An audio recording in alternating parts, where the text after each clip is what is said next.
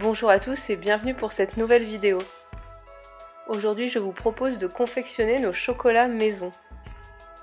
On cuisine encore et toujours avec des ingrédients simples et faciles à trouver. Faites simplement attention, donc l'ingrédient de base pour nos deux recettes de chocolat maison, qui est le chocolat noir, faites bien attention à ce qu'il soit vegan. Il peut parfois y avoir des traces de poudre de lait. Donc vérifiez bien la liste des ingrédients avant d'acheter. Pour commencer, je vous propose de faire des mendiants au chocolat et aux fruits secs. Pour les réaliser, il va nous falloir 150 g de chocolat pâtissier, une petite poignée de noisettes entières, une petite poignée d'amandes émondées ou non, une petite poignée de cranberry, une petite poignée de raisins secs. Avant de commencer notre recette, je vous conseille de mettre la plaque du four au réfrigérateur pendant 1 heure ou 2. Puis on va pouvoir faire fondre notre chocolat pâtissier au bain-marie.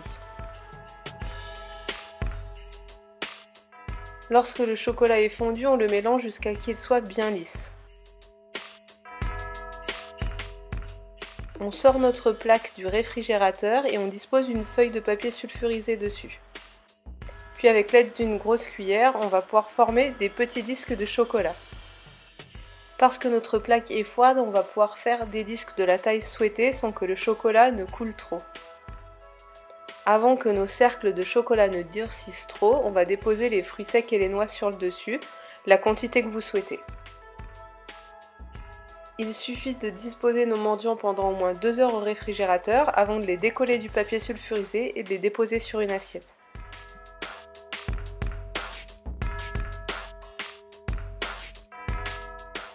Voilà pour cette recette gourmande très simple à réaliser. On peut passer maintenant à la seconde recette. Je vous propose de faire des truffes au chocolat. Pour les réaliser, il nous faut 80 g de purée d'amandes, 200 g de chocolat pâtissier, 10 centilitres de crème de soja, 2 cuillères à soupe de noix de coco râpée et 2 cuillères à soupe de cacao amer non sucré. Vous allez voir que la réalisation là aussi est très simple. On va mettre notre crème de soja à chauffer dans une casserole.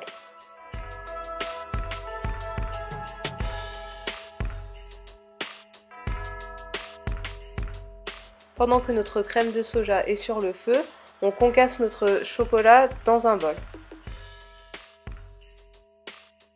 Une fois que notre crème de soja arrive à ébullition, on la verse sur le chocolat et on laisse reposer le tout pendant 5 minutes.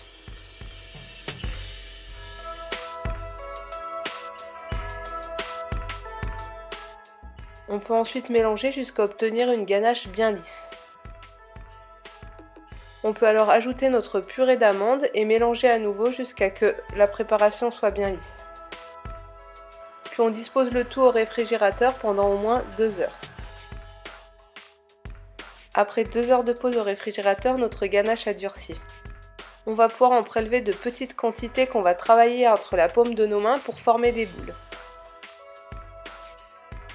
On roule ensuite notre truffe soit dans le cacao, soit dans la noix de coco râpée et on la dispose sur une assiette. On réitère l'opération jusqu'à avoir utilisé la totalité de notre ganache.